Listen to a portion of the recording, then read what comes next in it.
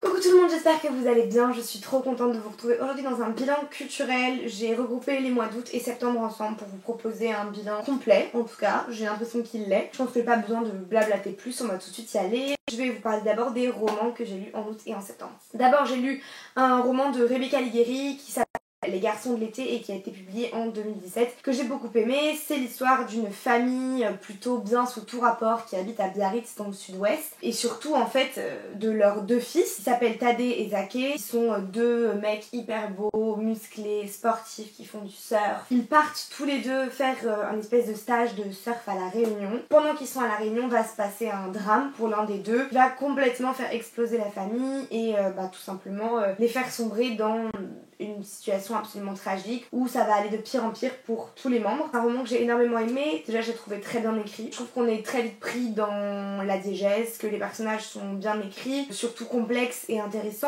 qu'on a le temps de s'approprier la profondeur de chacun d'entre eux, puisque le roman alterne entre les différentes perceptions des personnages, qui nous permet d'avoir un peu des visions différentes des mêmes événements et puis surtout de comprendre les personnages par le point de vue des autres et par leur propre point de vue. Ensuite, toujours en août, j'ai lu un Agatha Christie. Je vous promets, après j'arrête, je passe à autre chose. Là, je vous jure que je suis passée à autre chose, mais juste l'été, j'étais obsédée par Agatha Christie. J'ai lu 5 petits cochons qu'elle a publié en 1942. C'est une enquête d'Hercule Poirot en fait, dans laquelle on nous raconte qu'en gros, il y a une femme qui s'appelle Caroline, qui il y a 15 ans de ça, a été condamnée en fait à perpétuité pour le meurtre de son mari, qui s'appelait Amyas Creagh et qui était un peintre très connu, qui est mort empoisonné, et donc on a condamné sa femme à perpétuité pour ce crime-là. Et 16 ans plus tard, Hercule Poirot va reprendre l'affaire, va revenir sur les témoignages des 5 témoins principaux pour se demander si la condamnation qui a eu lieu il y a 15 ans, elle était justifiée ou pas. J'ai beaucoup aimé, je trouvais très bien écrit, je trouvais que c'était une façon d'aborder l'enquête un petit peu différente, puisqu'on lit 5 récits de la même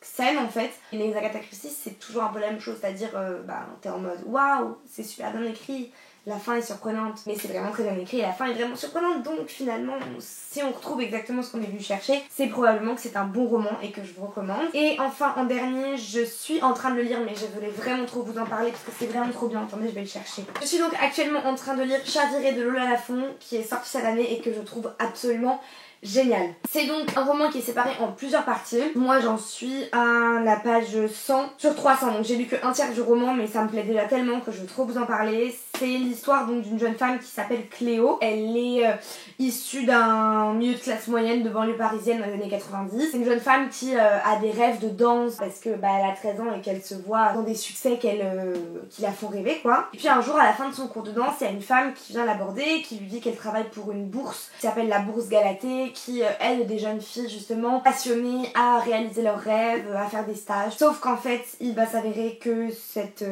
bourse et ce club, cette fondation justement qui aide les jeunes filles, cache des activités de pédophilie en fait. Voilà. Le roman démarre comme ça et donc ensuite c'est tout le parcours de Cléo qui nous est raconté, à la fois comment elle se reconstruit, comment elle l'a vécu à l'époque et comment est-ce qu'elle est obligée de revenir sur son passé, etc. C'est merveilleusement bien écrit, c'est extrêmement touchant, il y a vraiment des passages qui m'ont foutu la boule à la gorge, enfin c'est très très bien écrit, c'est un peu difficile et en même temps tout est dit de façon très subtile et donc ça rend même les scènes les plus violentes assez ouatées quelque part, et donc je trouve que c'est une façon vraiment belle d'écrire sur des choses horribles et qui est très respectueuse de l'histoire de ce personnage fictif, mais qui, je trouve que la façon d'écrire elle est très respectueuse de l'intimité de ce personnage fictif, et je trouve que c'est une très belle façon de raconter un parcours qui pourrait être celui de tellement d'autres jeunes femmes. Donc vraiment j'adore et je vous le recommande énormément, même s'il n'est pas fini, je sais que je vais l'adorer. Ensuite, toujours en août-septembre, j'ai lu 2 essais. Faut savoir que moi quand je lis des essais, je ne les termine pas forcément, je ne les lis pas forcément en entier, je saute parfois des passages, enfin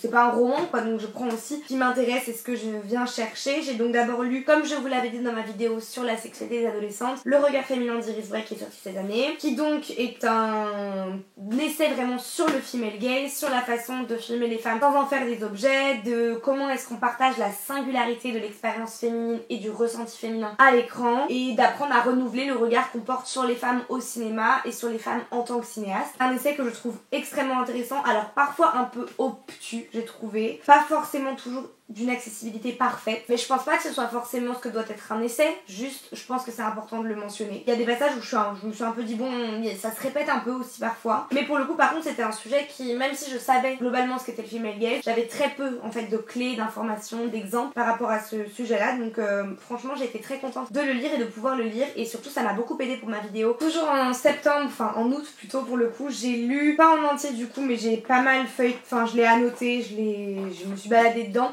L'essai Beauté fatale de Mona Chollet qui est sorti en 2015 et qui est sous-titré Les nouveaux visages d'une aliénation féminine. Dans cet essai, Mona Chollet, elle va brasser en fait tout ce qui existe comme produit finalement médiatique et culturel, que ce soit la presse féminine, la publicité, les blogs, les séries, les témoignages de mannequins.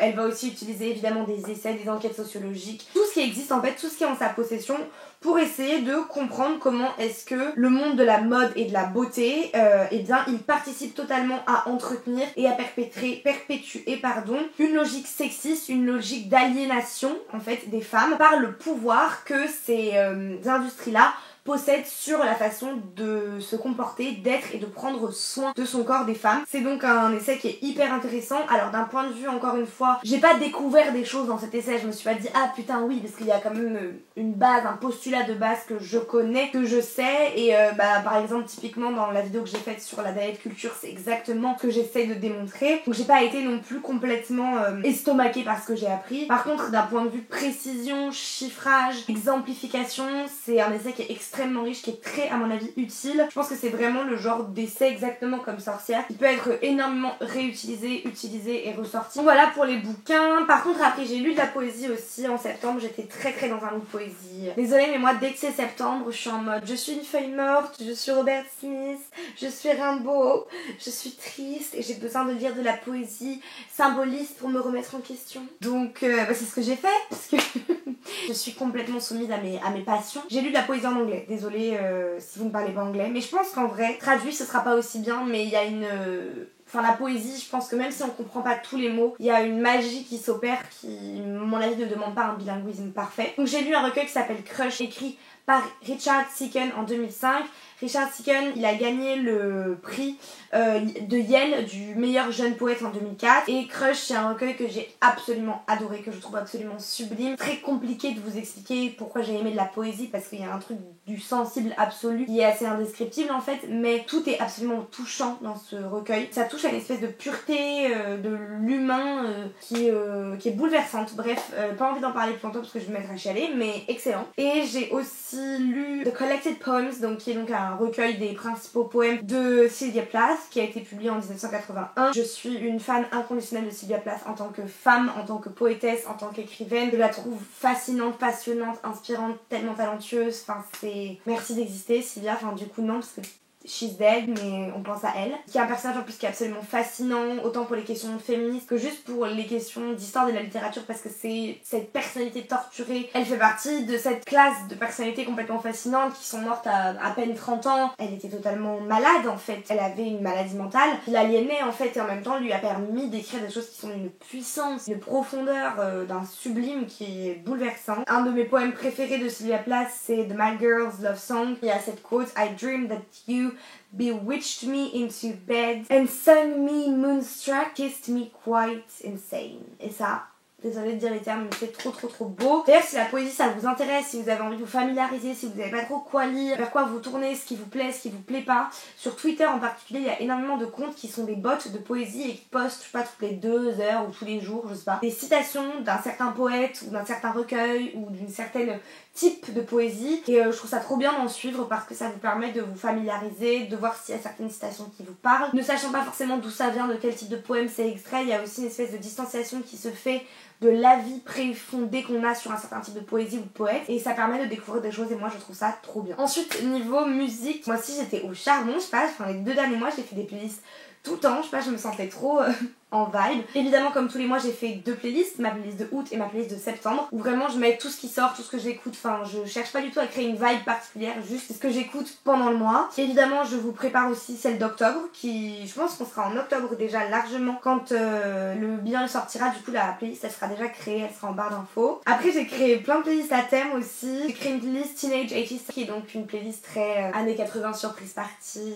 on danse comme ça. J'ai créé une playlist qui s'appelle Scream and Shout, que je saigne à chaque fois que je rentre parce que le soir je trouve que c'est la meilleure playlist. C'est que des bobs, des anthems avec des trop bons refrains. J'ai créé une playlist dimanche Sunday avec que des vibes genre dans le lit on boit de la tisane, genre vous voyez cette énergie. Et après j'adore une playlist qui s'appelle Coming of Age Indie Film Staring Me, qui est littéralement la playlist du main character syndrome. T'es dans un A24 movie, y a pas de souci. C'est un peu ça mes vibes des 2 derniers mois. Et donc évidemment elles sont toutes sur mon Spotify, donc vous pouvez aller me follow si ça vous intéresse. Si vous voulez recevoir les playlists dès qu'elles sortent. Je dis ça en mode c'est une newsletter, mais enfin il n'y a pas de thé, hein. Vous n'êtes pas obligé non plus d'écouter mes playlists, elles sont juste excellentes, mais chacun ses avis quoi. On va maintenant parler de chaîne YouTube. Ces 2 derniers mois, je voulais d'abord vous parler d'une chaîne qui s'appelle Amy Loves Makeup, qui est une chaîne américaine. C'est une jeune femme qui parle uniquement de marques de maquillage indépendantes, donc de marques qui n'appartiennent pas à des grosses corporations ou des gros groupes. Moi j'adore parce que le maquillage indépendant ça m'intéresse trop. Je trouve ça toujours fascinant et passionnant parce que c'est souvent des marques beaucoup plus petites avec des concepts plus pointus, des recherches de packaging hyper particulières et spéciales. Moi je trouve trop intéressant, c'est vraiment le développement de make-up, c'est un sujet qui m'intéresse trop. Donc le fait de pouvoir découvrir des petites marques, découvrir des gens indépendamment de grosses firmes qui travaillent, qui produisent des produits hyper intéressants, ça me permet de découvrir plein de marques que je connaissais pas du tout avant. Surtout souvent à des prix beaucoup plus accessibles que ce qu'on croit. D'un point de vue purement son style de make-up et tout, ça m'intéresse pas, enfin j'ai pas du tout besoin entre guillemets de ce genre de contenu au niveau de tuto. Par contre elle a une approche qui de toute façon est beaucoup plus genre review, je vous montre, je vous découvre, je vous fais la liste de ce qui est sorti et tout, et d'un point de vue uniquement informatif sur ce sujet et cette partie du monde du make-up, je trouve sa chaîne géniale. Je recommande aussi la chaîne de Maviox que j'adore, qui est une fille trop chouette, qui produit du contenu extrêmement intéressant, extrêmement pertinent. Je pense qu'il y a quand même un petit délire commentary YouTube, commentary channel, genre elle prend des sujets et elle essaye de les décortiquer, d'expliquer des choses par rapport à ça et de donner son avis. Je la trouve très pertinente, très chouette, ses montages sont trop cool et vraiment c'est que des sujets que je trouve toujours intéressants, pertinents. Elle mérite tellement plus d'abonnés, donc je vous recommande vraiment trop d'aller la suivre. J'ai également découvert la chaîne de Mina Lee, j'ose dire que ça se prononce comme ça. C'est une chaîne extrêmement chouette, encore une fois, qui est très orientée vintage, fashion, mode. C'est une chaîne en fait dans laquelle elle va essayer d'aborder la mode d'un point de vue un petit peu analytique et historique. La plupart de ses vidéos pour le moment c'est de se demander si les costumes de production culturelle historique sont réalistes ou pas par rapport à la période, par rapport au lieu. Elle a fait 2 épisodes sur les robes des princesses Disney que je trouve hyper intéressant. Donc vraiment je vous la recommande trop. Elle est passionnante, elle est trop mignonne et son Instagram est aussi trop beau. Donc je peux que vous recommander son contenu. Au même titre que la chaîne de Rubina qui est une chaîne d'une meuf que j'avais d'abord découvert sur Instagram qui fait de la mode. Voilà, c'est que des inspirations outfit et tout. Moi j'aime trop comment elle s'habille. Alors j'aime pas du tout comme ça mais j'aime bien voir des gens qui s'habillent. J'aspirerais à m'habiller si j'avais un peu de style, tu vois. Un style autre que m'habiller comme des personnages de film. Voilà, allez voir par vous-même et vous ferez votre propre avis. En ce moment je suis addict aussi à la chaîne et aux vidéos d'Emma Chamberlain. Genre vraiment je sais pas, je l'aime trop. Je trouve qu'elle a grave une vibe que j'aimerais trop chief. Enfin je sais pas comment expliquer. I don't know, she's sweet, she's beautiful, elle vit sa meilleure vie. Tu vois, je la trouve trop positive, j'aime trop ce qu'elle dégage, comment elle s'habille, enfin je la trouve trop belle en plus. Bref, pas envie non plus de lui faire un enfant on camera, mais I love her so much. Et enfin, j'ai beaucoup regardé les studio vlogs d'Ectomorph que j'avais pas forcément tous regardé parce que c'est des grosses vidéos donc faut avoir le temps, mais je l'aime trop. J'adore sa personnalité, j'aime trop comment elle monte, comment elle produit, son rapport à la création, son approche de la vie de créatif en général. Je l'adore, c'est une fille qui est en plus d'une gentillesse, c'est une fille qui est d'une hyper grande intégrité, d'une très grande aussi humilité et c'est le genre de personnalité que j'adore voir sur les réseaux sociaux. Ensuite, j'ai regardé des séries, j'ai regardé 2 séries, j'en ai presque pas regardé en septembre, je sais pas ce que j'ai fait, j'étais au cinéma. J'ai regardé deux séries sur Netflix. D'abord j'ai regardé les saisons 1 et 2 de How to Sell Drugs Online Fast, qui est une série Netflix allemande qui a 2 saisons, qui raconte l'histoire d'un jeune garçon qui pour séduire en fait sa copine qu'il a quittée, il décide de se mettre à vendre de la drogue en ligne.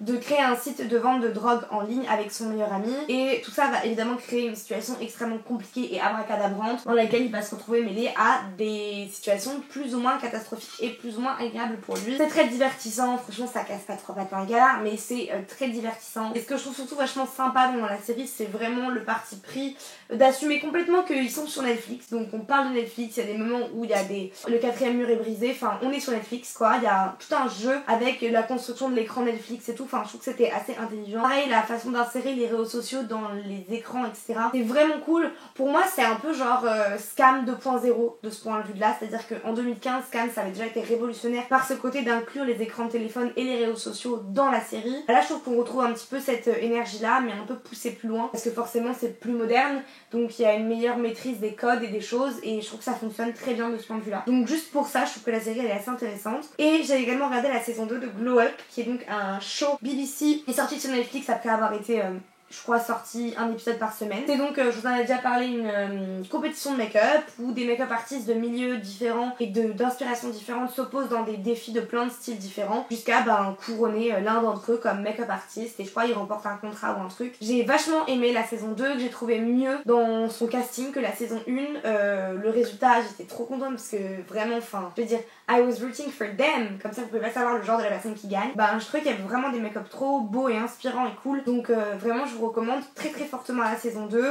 Vous pouvez totalement la regarder sans avoir vu la saison 1. Il n'y a pas de rapport entre les deux, enfin sauf le concept, mais vous allez le comprendre assez vite. Ensuite, niveau film, évidemment, je ne vais pas épiloguer. La majorité des films que j'ai vus dans les 2 derniers mois, je les ai vus à Deauville. Je vais encore une fois vous rappeler que mon vlog est en ligne et que dedans je parle de tout ce que j'ai vu, et que évidemment, dès que des films dont j'ai parlé à Deauville vont sortir et vont être disponibles en salle, je vous en parlerai. Évidemment, je vous ferai des heads up, je vous ferai des stories pour que vous puissiez tout simplement, si vous avez noté des films qui vous intéressent dans le vlog, savoir quand est-ce que vous pourrez aller les voir. D'ailleurs, hier j'ai pris ma carte UGC illimitée, donc les bilans culturels ça va chauffer. J'ai regardé quand même d'autres films, surtout dans les 10 derniers jours là. J'ai regardé Enola Holmes sur Netflix, qui est donc un film de Harry Bradbeer qui donc est sorti il y a genre 10 jours, que j'ai regardé parce que évidemment il faut bien regarder les films dans lesquels je joue, donc vu que je joue dans ce film, je l'ai regardé. C'est en gros l'histoire de Millie Bobby Brown qui joue Enola Holmes, donc la petite sœur de Sherlock Holmes et de Mycroft Holmes, ouais, qui en fait est élevée par sa mère dans un château à la campagne. Sa mère un jour disparaît et Enola se lance sur ses traces. C'est une réécriture assez féministe, progressiste du concept de détective au 19e siècle. Franchement c'était sympa, c'était marrant, les personnages ils sont mimes, tu passes un bon moment, c'est un peu genre, le mot je trouve que c'est delightful, genre tu passes vraiment un moment, c'est coquet, c'est joli, c'est sympa, ça finit bien. J'ai également été au cinéma voir Ondine, qui est un film allemand de Christian Petzold, qui est sorti donc je crois dans la semaine. C'est l'histoire d'une jeune femme qui s'appelle Ondine, qui est guide pour le musée de l'urbanisme de Berlin, qui va rompre en fait avec un ex-petit ami, et après elle va rencontrer un autre gars avec qui elle va sortir. En fait c'est tellement compliqué de vous le résumer, genre allez le voir parce que c'est vraiment un excellent film, et je pense que ça va vraiment vous plaire parce que c'est un film particulier qui touche de façon particulière. C'est un film qui te laisse des points d'interrogation dans la tête, mais dans le sens positif du terme, parce que c'est vraiment un film qui va jouer avec le concept de mythe et de mythification de la romance quelque part, et de la relation amoureuse et de la rupture, et qui je trouve par là est très intéressant. Je pense que au niveau des vibes, parce que peut-être que c'est plus facile avec ce genre de film de parler en vibes que de vous faire un résumé, j'ai eu un côté très normal people par moment, parce qu'il y a aussi un truc de la séduction par l'intellect, de scènes d'intimité. Je sais pas, il y avait des vibes normal people, il y avait aussi un peu des vibes à la Gone Girl et des vibes à la Shape of Water. Genre un peu genre... Ouais, un petit peu de ci, un petit peu de ça. Si vous avez aimé ces 3 productions-là, potentiellement le film va vous plaire. J'ai aussi regardé à la maison, j'ai regardé Emma, qui est un film qui est de Autumn de Wild, qui est sorti en 2020. Ça se passe dans l'Angleterre du 19e siècle. C'est l'histoire d'une jeune femme qui s'appelle Emma. C'est des histoires d'amour, de mise en œuvre d'espèces de manigances amoureuses. Enfin moi je trouve que c'est le genre de film qui est juste, encore une fois, delightful. C'est très anglais. Je trouve que Anya Taylor-Joy est excellente dans son rôle. Moi je l'adore vraiment. She's just, oh she's so sweet. Et surtout dans ce film la photographie, la cinématographie est fabuleuse. Enfin vraiment c'est juste à croquer, tout est trop beau, trop bien mis en lumière, mis en scène, c'est genre du point de croix. Rien que pour ça visuellement, enfin c'est juste trop bien. Je vous le recommande fortement. Et enfin, le dernier film que j'ai vu, c'est Prisoners de Denis Villeneuve, qui est sorti en 2013, que j'ai adoré. C'est un film qui raconte en gros l'histoire d'un homme qui s'appelle Keller Dover qui fête Thanksgiving avec une famille d'amis. Sa fille et la fille de la famille chez qui ils sont disparaissent et donc évidemment il appelle la police, il cherche etc. Et il trouve que ça va pas assez vite, que la police s'enlise, qu'il ne trouve pas les bonnes pistes etc.